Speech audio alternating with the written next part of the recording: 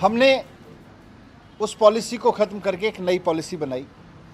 दिल्ली में पहले कुछ दुकानें प्राइवेट भी होती थी, लेकिन जो प्राइवेट दुकानें थीं वो इन्होंने अपने ही यारों दोस्तों के नाम पे लाइसेंस दे रखे थे और उनसे लाइसेंस फ़ीस भी कम लेते थे, बहुत कम लाइसेंस फ़ीस लेते थे और कई साल से लाइसेंस फ़ीस भी नहीं बढ़ाई थी इन्होंने। तो ये सिस्टम ख़त्म करके ज़्यादातर सरकारी दुकानों का, जिनमें खूब भ्रष्टाचार था, और इनके नेताओं, रिश्तेदारों, इन सब की ड्राइवर और मेड के नाम पे चलती दुकानों को, इन सबको, सारे सिस्टम को बंद करके हमने नई पॉलिसी लगाई और बहुत पारदर्शी तरीके से हमने यहाँ पर शराब की दुकानों की नीलामी की। पहले, यहाँ आपकी जानकारी के लिए मैं बता दूं कि पहले दिल्ली में 850 दुकानें होती थीं।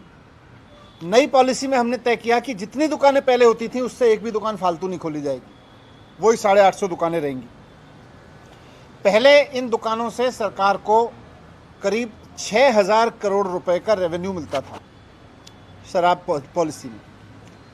जब पारदर्शी तरीके से इन दुकानों की नीलामी हुई तो दुकानें नहीं बढ़ी, लेकिन पूरे साल में, एक फुल ईयर में 850 दुकानों से 9500 करोड़ रुपए का रेवेन्यू आना था।